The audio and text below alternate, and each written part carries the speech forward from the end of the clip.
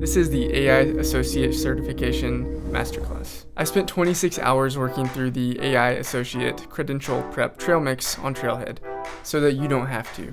That was 37 modules, 2 projects, and 11 articles. In this video, I'm going to summarize everything you need to know from that Trailmix so that you have a solid foundation for leveraging AI in Salesforce moving forward and to pass this certification exam. If you watch this whole video and use your intuition on the exam, you should be able to pass. If you don't, it is a free retake, so refresh and take it again. A lot of this content comes straight from Trailhead. I will organize the content into the same 4 sections that Salesforce does, moving from the lowest weighted section to the highest weighted section. Feel free to use the chapters in the description below to jump around as you see fit. The first section will be AI capabilities in CRM, which will be 8% of the exam. The second section will be AI fundamentals, which will be 17% of the exam. The third section will be data for AI, which will be 36% of the content on the exam. And the fourth and final section will be ethical considerations of AI, worth up to 39% on the exam. Listen up, you want to know this. At the end of each of these sections, I will also provide bonus tips for the exam. Before we dive into the first section, let me give you a 1-sentence summary of what this whole Trailmix is about. With the right data, AI can augment workers' abilities through predictions, insights, and generated content. Each of these words is important here. Data is key. It is the gas to AI. The data quality, completeness, and accuracy all matter a lot.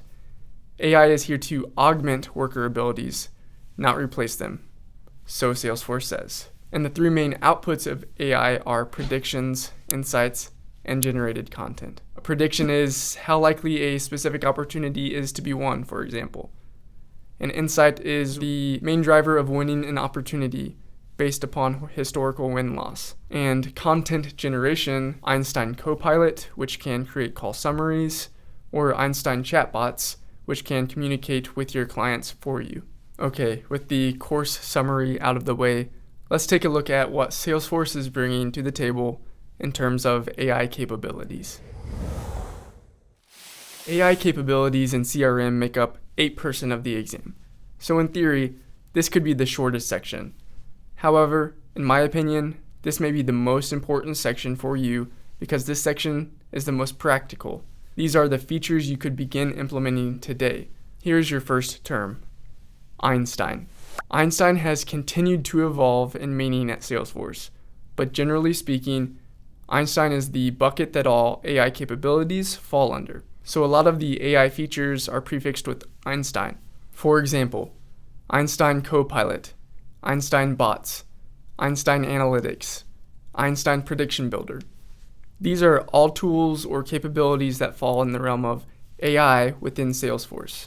If we listed all of the Einstein tools and then sorted them into categories of what they help users do, we could consolidate them into 5 categories. They either help users discover insights that bring new clarity about the company's customers, predict outcomes so your users can make decisions with confidence, recommend the best actions to make the most out of every engagement, automate routine tasks so your users can focus on customer success, or generate tailored content from emails to knowledge articles to code. I will detail out some specific tools in a second, but let's first look at Einstein as it relates to each cloud. Here are a few things Einstein for Sales can do for your sales reps. Boost win rates by prioritizing leads and opportunities most likely to convert.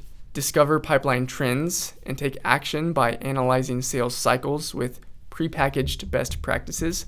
Maximize time spent selling by automating data capture and generate relevant outreach automatically with CRM data. Here are a few things Einstein for Service can do for your service agents. Accelerate case resolution by automatically predicting and populating fields on incoming cases to save time and reduce repetitive tasks. Increase call deflection by resolving routine customer requests on real-time digital channels like web and mobile chat or mobile messaging. Create tailored service replies, knowledge articles, and work summaries automatically with CRM data. And here are some ways your marketing team can benefit from Einstein for marketing. Know your audience more deeply by uncovering consumer insights and making predictions. Engage more effectively by suggesting when and on which channels to reach out to customers. Create personalized messages and content based on consumer preferences and intent. Stop multitasking. If you take one thing away from this section, remember what each of these specific tools do. Einstein bots allow you to build a smart assistant in your customers' channels like chat, messaging, or voice.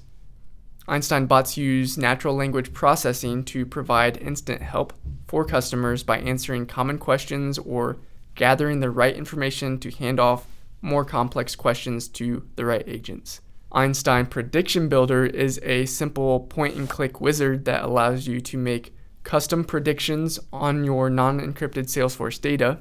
For example, is this zip code a good opportunity for my business? Will this customer attrit? Does a new employee require a particular type of training? Will a flight arrive on time? Will a customer miss a payment?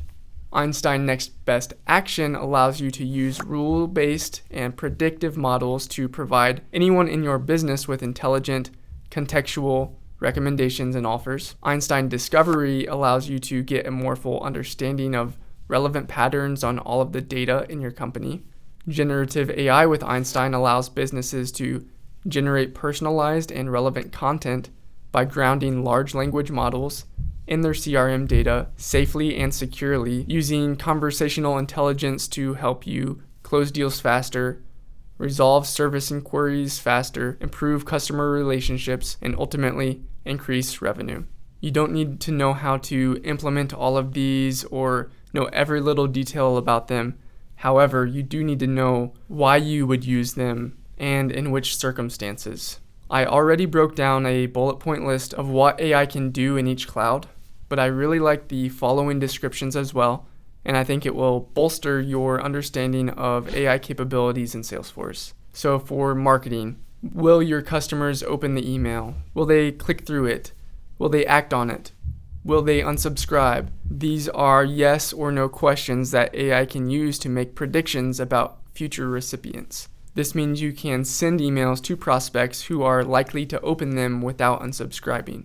It also means you can know the right channel to use for every customer. With tools like Einstein Engagement Frequency, AI predicts the right number of communications to send without going overboard. In the Sales Cloud, AI can elevate your sales game by using historical sales data to predict the best possible sales opportunities. Imagine an inside sales rep who has a list of leads organized by how likely they are to convert. That rep is going to spend his time connecting with those customers at the top of the list and avoiding cold leads. Even sales managers benefit from AI. Predictive forecasting can flag opportunities for review if the expected revenue entered by their sales reps doesn't match closely with the predicted revenue based on historical data. In Service Cloud, every day your company receives emails from customers looking for support. In many companies, someone has to read these emails and route them to the right people. They are using time classifying emails that could be spent actually providing support. AI could help by reading through those emails, doing the case classification based on past inquiries, and then automatically routing these emails to the right person. AI could scan those notes in real time and recommend relevant articles that are known to solve similar problems. Imagine you have a customer who's more comfortable trying to solve their own issues. Instead of tying up an agent, they can start a conversation with a chatbot. Chatbots use AI to understand what people are asking and how to respond in a meaningful way. This frees up agents to provide more personal care to customers who really need it. Hopefully you are sticking with me. This is all relevant here, but we've made it to the bonus tip for this section. Actually, 2 bonus tips for this section. Einstein Readiness Assessor can help you determine which AI tools have the prerequisites in place so that you know what you are closest to being ready for. I really like that AI can help you to create lead scores in Sales Cloud and can help you deflect cases in Service Cloud. I'll even give you a 3rd bonus. Einstein Discovery needs at least 400 rows with outcome values, along with more than one variable that's driving those outcomes. And the more relevant historical data you can have, the better the prediction will likely be. Section 2. AI Fundamentals. This makes up 17% of the exam, but in my opinion, this is very important information to set you up for success in the new world we are entering into, where AI will be integrated into everything.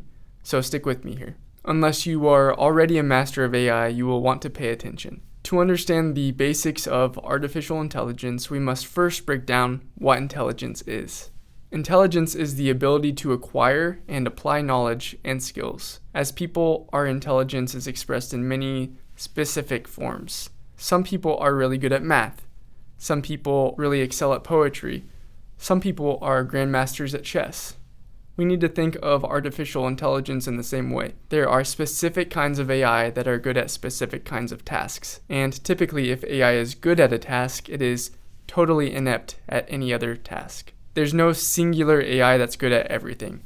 That idea, known as general AI, which is a theory that many are pursuing the creation of, is not a reality yet. Currently, there are specialized AI systems that are designed to perform specific tasks. The kinds of tasks they do generally fall into one of a few broader categories. Those categories are 1. Numeric predictions, like is the customer likely to renew their subscription?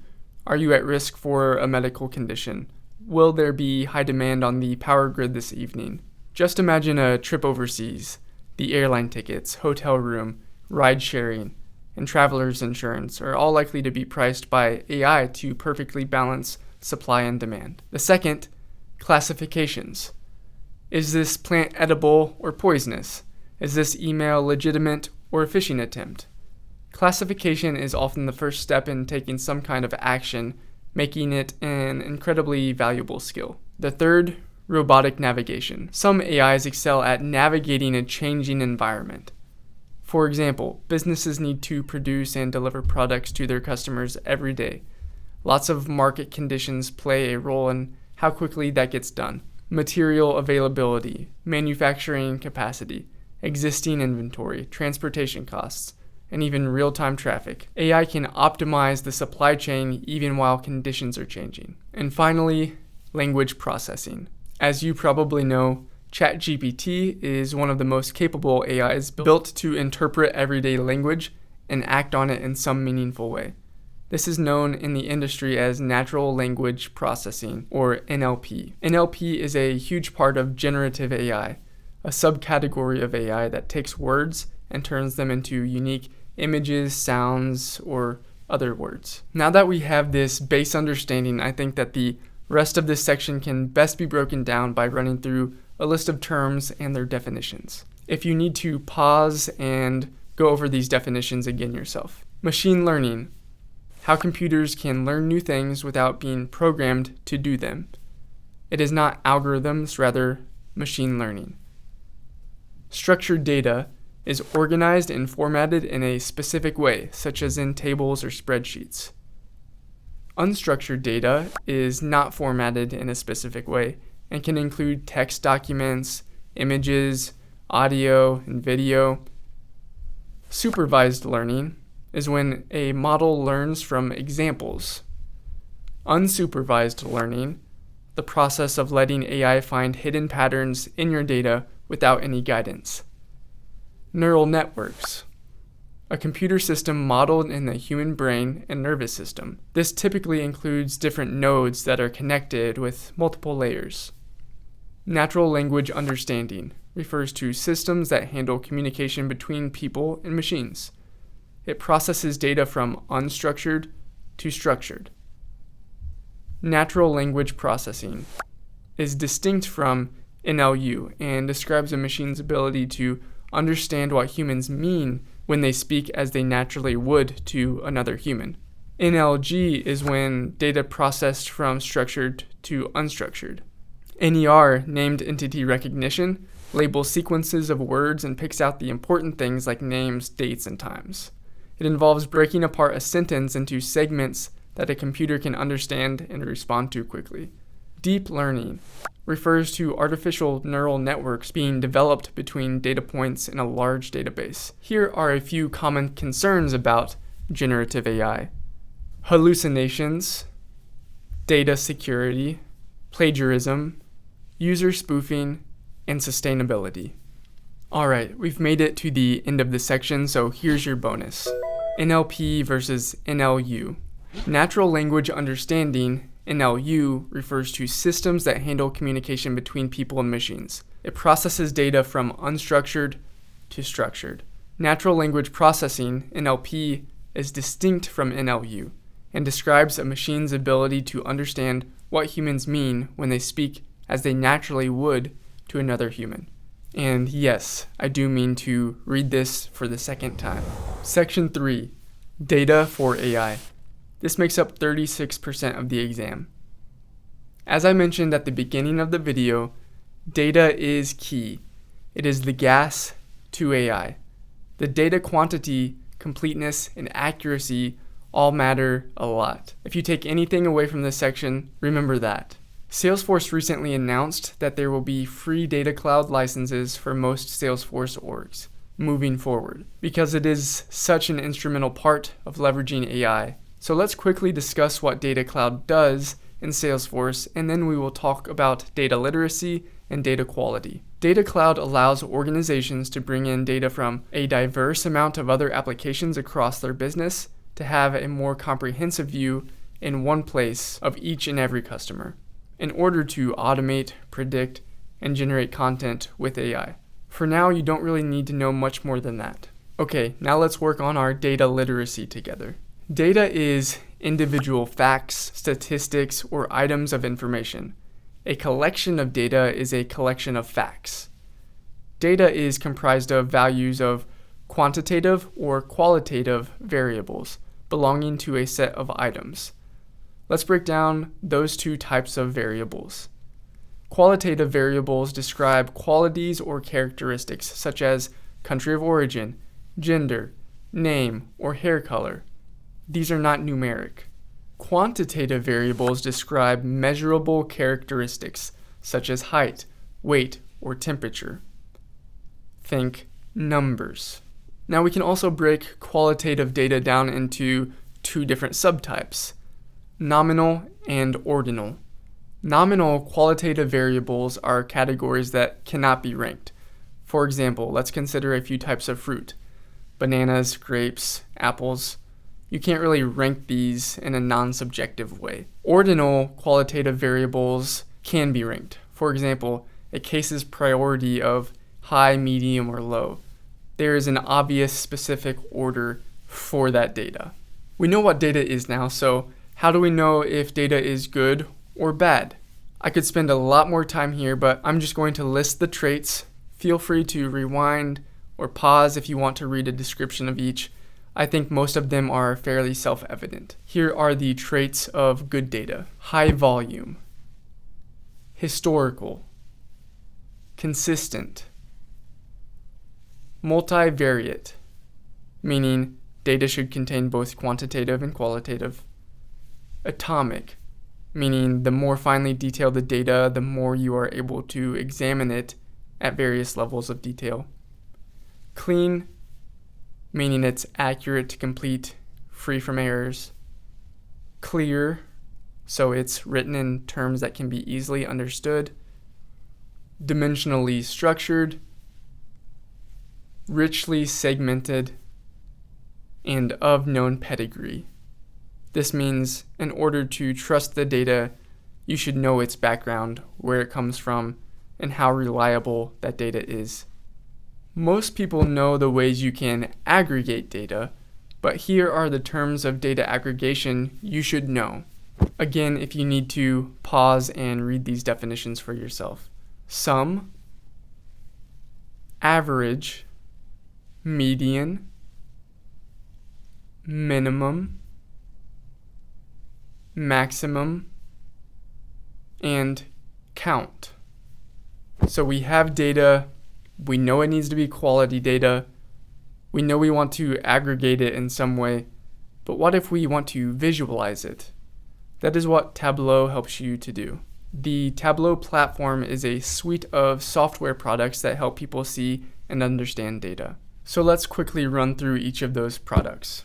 Tableau Prep Builder is used on your desktop or in the browser to clean, shape, and combine data so that it's ready for analysis. Tableau Desktop is used to create and publish data sources and visualizations to analyze data.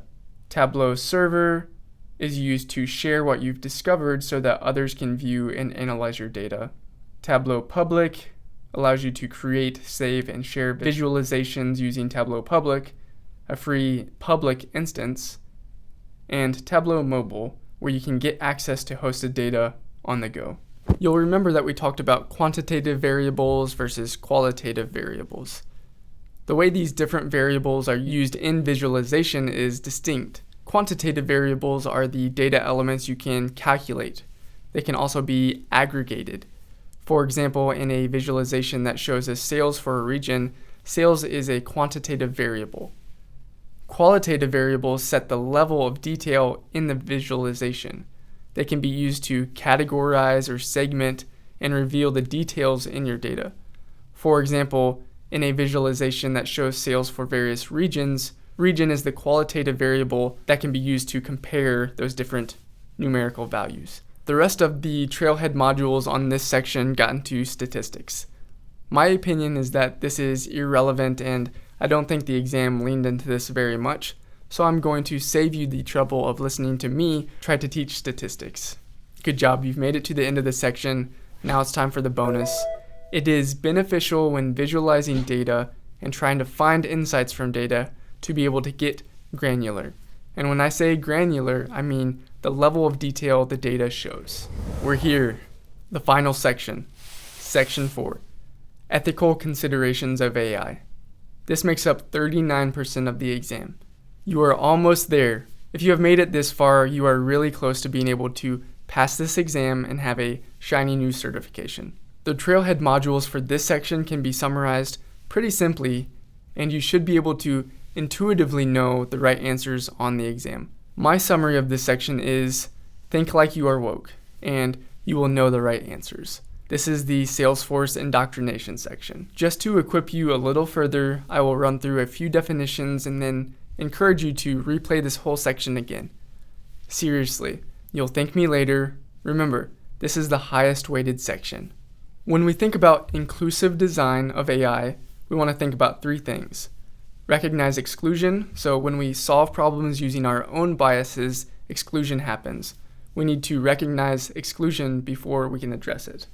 Number 2, learn from diversity. Human beings are the real experts in adapting to diversity. And number 3, solve for one, extend to many. Focus what's universally important to all humans.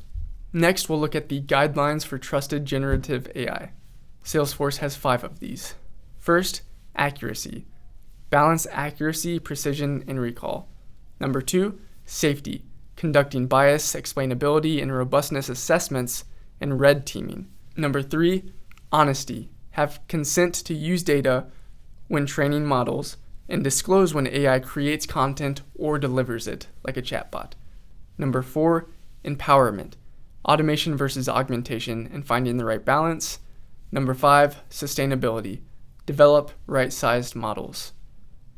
Now for the trusted AI principles, there are also 5. These are the principles that Salesforce has used and put in place when developing AI tools. Know what their principles are in their own words. Number 1, responsible. We strive to safeguard human rights to protect the data we are trusted with, observe scientific standards, and enforce policies against abuse. We expect our customers to use our AI responsibly and in compliance with their agreements with us. Again, these are Salesforce's words. Number 2, accountable. We believe in holding ourselves accountable to our customers, partners, and society. We will seek independent feedback for continuous improvement of our practice and policies and work to mitigate harm to customers and consumers. Number 3, transparent. We strive to ensure our customers understand the why behind each AI-driven recommendation and prediction so they can make informed decisions, identify unintended outcomes, and mitigate harm. Number 4, empowering. We, Salesforce, believe AI is best utilized when paired with human ability, augmenting people and enabling them to make better decisions. And number 5, inclusive. Salesforce says that AI should improve the human condition and represent the values of those impacted, not just the creators. We will advance diversity, promote equality, and foster equity through AI. There you go. Now for the bonus. Here's a screenshot of the Ethical AI Practice Maturity Model. I'll say it again. The Ethical AI Practice Maturity Model. Pause and take a look at this at a high level. If you made it this far, I have a secret resource for you. Click the link in the description and you can access my one-page study sheet. This isn't a cheat sheet. It won't guarantee you pass, but it will help you focus in the right direction. If you have any trouble on the exam or feel like I missed something, please leave a comment below as a resource for others who are attempting to study as well. This way, together, we can help each other out. We need more of that in this world. Kind of like a help club. I appreciate you. I hope you pass. I hope you enjoyed this crash course. Thanks for spending some time with me. Please like and subscribe to help me out and help others find this video. I'll see you again next time.